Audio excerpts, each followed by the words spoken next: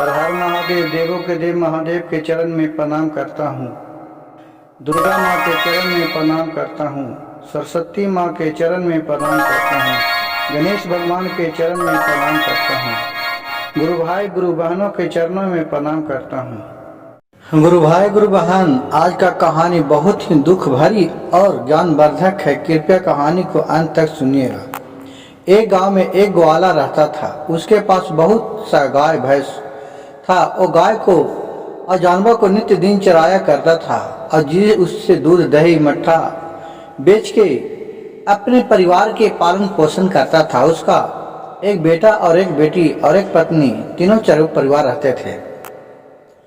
उसी समय कुछ दिन बीतते गया। एक दिन जो भी कमा के लाता था उसी में उसकी पत्नी थी, वो संतुष्ट रहती थी। कुछ दिन के बाद उसकी पत्नी मर गई। कहा जाता है कि जब पिता मर जाता है तो माँ बाल बच्चे को पाल लेता है, लेकिन जब माँ मर जाता है तो पिता एक है जो बाल बच्चे को नहीं पालता है। आजकल आप लोग को देखने को मिलेगा जिसका माँ मर गया वो बेचारा अनाथ रहेगा, उसका जीवन ही बर्बाद हो गया। उसी तरह एक घटना का आधारित है, एक कृपया ध्यान पूर्वक सुनिएगा। अब ग्वाला का औरत मर गई तो ग्वाला ने दूसरे शादी कर लिया। दूसरे वाली जब आई उसकी सौतेली माँ, जब तक के बच्चे लोग सियान हो गए, 10-12 साल के हो गया था, तो ग्वाला रोज गाय चराने के लिए जाता था। तो उसका औरत बोली कि तुम अब क्यों गाय चराने के लिए जा रहे हैं, बेटा तो सियान हो गया, अबे जाके अपने को वहाँ गाय चराएगा और चरा के लाएगा, नहीं तो खाना इसको नहीं दूंगा। और धीरे धीरे अपने पति को वो सौतेली माँ थी जो बस में कर लिया और सौतेले बेटे और बेटी से बहुत ही काम करवाने लगी और बहुत ही अत्याचार करने लगी। इन दोनों के वो देखना नहीं मानती थी। एक दिन के बाद हुआ कि जो जानवर लेके ग्वाला का लड़का जंगल में गया था, तो वहाँ उसे एक बाघ भेटा। बाघ ने बोला, भाई आज तो बहुत दिन के बाद मनुष्य पर दर्शन हुआ है, आज तुम्हें खा जाऊंगा। तो लड़के ने झट से क्या क्या के ऊपर पेड़ पर चढ़ गया और बोला, भाई हमें तो दुनिया में कुछ नहीं है, मैं तो एक भाई और बहन हूँ, मेरे माँ मर गए हैं, हमें भाई और बहन में इतना प्यार है कि तू खा जाएगी तो मेरी बहन मेरे बिना जिंदा नहीं रहेगा।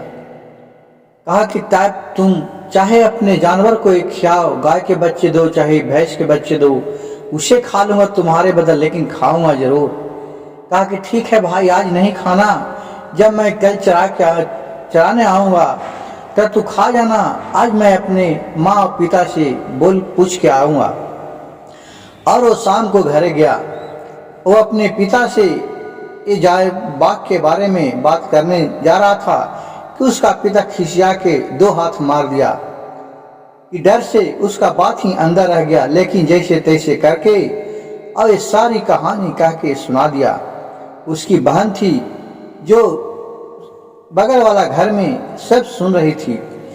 उसकी माँ बोली, जो सौतेली थी, बोली कि भले तुम्हें खा जाए वो ठीक है, लेकिन हमें एक जानवर कम नहीं होना चाहिए, क्योंकि मैं अपने जानवर से मर जाएगा तो मैं उसी के भरोसे जीता हूँ, कहाँ से दूध दही लाऊंगा। ऐसे भी तू निकम्मा है, तुम रहेंगे क्या करेगा, ऐसा भूला बड़ा बुरा कहा। और फिर उसकी बहन बोली, फिर सब सूत रहा तो अपन बहन बोली कि भाई मेरे माँ तो हम लोग पर बहुत अत्याचार कर रहे हैं, अब क्या करे, नहीं है तो तुम यहाँ से चले जाना, कहूँ दूसरा जगह कमा खा लेना। तो बोली भाई से, भाई कि बहन मैं तो चले जाऊंगा, लेकिन तुम कैसे रह पाएगी, तुम्ही पर तो अत्याचार करेगा। भगवान भोलेनाथ का क्या कसूर किए कि हमारे माँ को वो ले चल गए।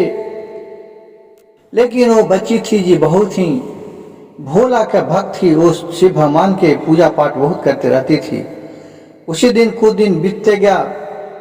फिर दूसरे दिन गया तो उसकी बहन बोली कि भाई तुम भले एक जानवर को दे देना, खा लेगा बाघ, लेकिन तेरे बिना मैं नहीं जिंदा रहूंगी, तुमको अगर बाघ खा लेगा तो मैं भी जिंदे मर जाऊंगी। कही कि ठीक है। और फिर वहाँ गया। फिर बाघ बोला कि भाई तुमने पूछ के आया, अब मैं किसे खाऊं? बोला ठीक है, मैंने तो पूछा, लेकिन माँ और पिताजी ने तो बोला कि हम ही को खा लो। लेकिन मेरी एक बहन है, मेरी माँ सौतेली है, पिता हमें नहीं लगाते हैं। मेरी बहन, मैं नहीं रहूंगा तो बहन मर जाएगी, इसीलिए तुम एक बछड़ा को खा लो। अगर बछड़ा खा लेगा तो फिर बछड़ा गाय बच्चा देगा, फिर बच्चा हो जाएगा, लेकिन हमें खा जाएगा तो मेरे भाई नहीं मिलेगा। बहन फिर वो एक बछड़ा को खाया, फिर अपने शाम को आया जानवर लेके, उसको सौतेली माँ ने गिनती करने लगा तो देख रहा है कि एक जानवर कम है। वो अपने भाई को बहुत मारा और उसका पिता भी आया तो बहुत मारा, बहुत भरा बुला कहा भले तू मर जाता, लेकिन क्यों तुमने जानवर को मरवा दिया? मारते मारते एकदम बेहोश कर दिया, बेचारा बेहोश गिर गया। बेहोश होकर बहन सब देख रही थी, लेकिन क्या करे, बहन तो लाचार पड़ी थी। जब उन लोग उसे बेहोश छोड़ के आंगन में चला गया अपने दोनों सोने के लिए घर में, फिर एक बहन थी ये अपने उठा के भाई को लाया और उस पर पानी छीटा और उसको होश में किया, और जो भी खाना बना था वो ला के खिलाया और बोला दूसरे दिन भाई से कि हे भाई, ये कुछ नहीं है, लो ये मेरे माँ की अंगूठी है एक सोना के, ये अंगूठी लो, तुम पहन लो और तुम यहाँ से चले जाओ। अगर तू कभी भी मिलेगा तो मैं तुम्हें अंगूठी देखकर पहचान जाऊंगा। भाई ने भी एक धागा बांध दिया बहन के कलाई में, बोला बहन जब भी मैं भेटूंगा तो इस धागा को तुम कभी भुलाना नहीं, फेंकना नहीं। मैं इस धागा को देख के और तुझे मैं पहचान जाऊंगा। और ये बात सुन रही थी उसकी सौतेली माँ, बोला कि ठीक है, ऐसा बात, ठहरो तुम लोग के मजा सिखाता हूँ। फिर वो रात में गया और अपने बीमार होने का नाटक रख दिया, बोला कि चाहे उस लड़के को मार के लाओ, नहीं तो मैं अपने जिंदगी को बर्बाद कर दूंगा, जान दे दूंगा, मैं नहीं रहूंगा। और ग्वाला निकटतर था, वो अपने औरत के बस में आके दूसरी वाली वो सौतेली माँ, वो अपने बेटे को मरवा दिया। कहा कि ठीक है प्राण प्यारी, ऐसा क्या बात है, मैं अभी अपने बेटे को मार के लाता हूँ और तुम उसे शिकार बना के खा लो। कहा कि ठीक है, अपने उठा के ले चल गया और जंगल में ले जाके कुट्टी कुट्टी करके अपने बेटे को लेके चले आया और मांस बनाया और अपनी पत्नी दोनों, ग्वाला और उसकी पत्नी दोनों बैठ गया खाने के लिए। अब सोचा कि चलो इस शुभ काम में वो आप उसको बहन के तो भी खाना खिला देते हैं। वो बहन के भी बुलाया, वो अपने बेटी को ग्वाला, उसकी जो सौतेली माँ थी ये बोले कि आओ खाना खा लो। और खाना खाने के लिए उसे भी एक थाली में शिकार को परस दिया, चिकन मीट को। जब खाने लगा तो उसको बहन को वही अंगुली पड़ गया जिसमें सोना की अंगूठी पहनाया था। ये अंगूठी देख लिया, वो बात समझ गया कि हो न हो आज तक तो हमें इतना प्यार से खाना खिलाने के लिए कभी माँ पिताजी बोले नहीं हैं, ये हमारे भाई को ही मार दिया, देखो ये अंगूठी है। कहा कि ठीक है, वहां से उठा वो हाथ का अंगूठी लेके और कहा कि लोग कहते हैं कि जब तक इसे अस्थि को पैरवा नहीं किया जाता है गंगा जी में चाहे नदी में, जब तक उसका प्राण कलपते रहता है। चलते हैं, कम से कम मैं अपने भाई का प्राण इधर उधर छटपटाते रहेगा, उसे जाता हूँ और नदी में पैरवा कर देता हूँ और मैं भी कूद के अपने जान दे दूंगा। और नदी के पास गया और बहुत रोने लगा, गिड़गिड़ाने लगे और अपने भाई को खोजने लगा, लेकिन भाई तो उसको था नहीं, उसको भाई को तो मार दिया था। और उसे नदी में डाला और अपने जब मरने के लिए कूदने के लिए जा रहा था, जैसे वो नदी में डाला तो उससे एक सुग्गा उड़ के आया, बोला बहन तू रुक जा, तूने तो बहुत ही अक्ल वाला काम किया है, तूने तो मेरे प्राण फिर वापस ला दिया। जब तक तुम अस्थि को विसर्जन नहीं करता, ठंडा नहीं करता, तो मैं तो उसी में छटपटाते रहता। अब तुम अस्थि को ठंडा कर दिया, मेरा पूर्ण जन्म हो गया, मैं सुग्गा बन गया। क्या हुआ, आदमी नहीं हो तो सुग्गा तुम्हारे सभी मनोकामना पूर्ण करेंगे। और तुम्हें भाई का दर्जा देंगे। तुम्हें मैं सदा अपने भाई से कम नहीं मानूंगा और तुम्हारे भाई ही हूँ। जब भी किसी तरह का आप पर आएगा आपदा तो मैं आपको सहायता करूंगा। जो भी तुमको मन में होगा हमसे बहन तू बोलना, मैं सारी मनोकामना आपको पूर्ण करूंगा। और तुम यहीं चले आना जंगल में, रोज हम दोनों भाई बहन खूब बतियाएंगे। और बहुत तरह से समझाया सुग्गा ने अपने बहन को। फिर बहन वहां से चले आया और फिर रोज जाता था और रोज अपने भाई से बात करके फिर चले आता था। एक दिन सुग्गा आया, सावन के महीना रक्षा बंधन के समय आया।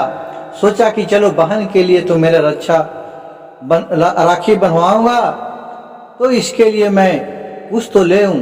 वो अपने गया कि अब तो बनवाऊंगा तो मेरी जो सौतेली माँ है अब मेरे पिता है वो तो हमें छोड़ेगा नहीं, वो तो जानेगा तो मार देगा।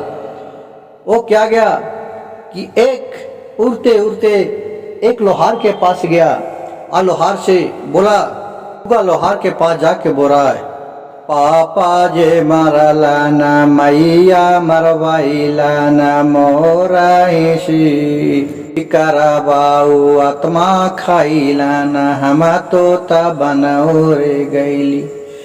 इतना बात सुन के लोहार बोला कि भाई सुग्गा तुम बहुत अच्छा बात बोल रहा है, बहुत अच्छा गीत गा रहा है, तुम हमें खुल के बताओ, तुम तो आदमी के भाषा में बतिया रहा है, तुम कौन है। ये फिर सारी कहानी अपने कह के सुना दिया।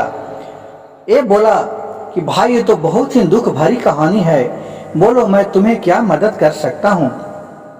तो लोहार से सुग्गा बोला कि भाई तुम एक ऐसा हमें तलवार बना के दो कि जो चाकू से भी तेज हो, ब्लेड जैसा धार हो, कि जिसे बजते ही छप से उड़ जाए। कहा कि ठीक है, और उसी बना के दे दिया। बोला भाई ये हमारे पंख में छिपा दो, और वो पंख में छिपा दिया। फिर वहां से उड़ा और एक सोनार के पास गया और सोनार को भी यही बात बोला कि पिता जे मरला न मैया मरबैला न मोरा शिकारा से मुहमा जुठाइला न हमारा तन बहिनी बहुत ही अत्याचार कर है हमा सुगा बना उड़ गईली। इतना बात सुनकर सुंदर कहा, भाई तू तो मनुष्य के भाषा में बोल रहे, तू तो बहुत अच्छा गाना गा रहा है, ये हमको बोलो तुम कहना क्या चाह रहा है, वो हमें खुल के बताओ। सुग्गा सारी कहानी उससे बताया। उसका बात सुनकर कहा कि भाई ये तो बहुत ही दुख भरी कहानी है, बोलो तुम्हें मैं क्या मदद कर सकता हूँ। तो सुग्गा बोला कि भाई हम अब रक्षा बंधन के दिन आ रहा है, मेरे एक बहन है, बहन के लिए कुछ गहने बना दो, कुछ सोना चांदी का, कृपया करके तुम हमें मदद कर सकते हैं तो इतना कर दो, भोलेनाथ आपको भंडार भरे रखेंगे। कहा कि सुग्गा भाई इसके लिए तू टेंशन न लो, मैं तुम्हारा दोस्त हूँ, लो जितना गहना चाहिए वो गहना लो। वहां से फिर गहना बना के और सोनार दे दिया। वो अपना लेकर के अपने जंगल में चले आया। फिर रक्षा बंधन के जब समय आया, सावन के महीना, फिर राखी बांधने के लिए ये भी सोचा कि चलते हैं अब सुग्गा के लिए राखी बांध देते हैं। और वही खोह में लाके सब जेवर रख दिया था सुग्गा। फिर उसकी बहन रक्षा बंधन के दिन अपने गया फिर जंगल में, और वहां से सुग्गा आया और सुग्गा को राखी बांधा। और सुग्गा अपने जेवर उतार के निकाल के और सब बहन को दिया। बहन बोला भाई ये सब कहाँ से इतना तू जेवर लाए। सुग्गा बोला कि बहन इसके लिए तुम दिक्कत डरो नहीं, मेरा एक सुंदर दोस्त है, वो हमको गहना दिया है।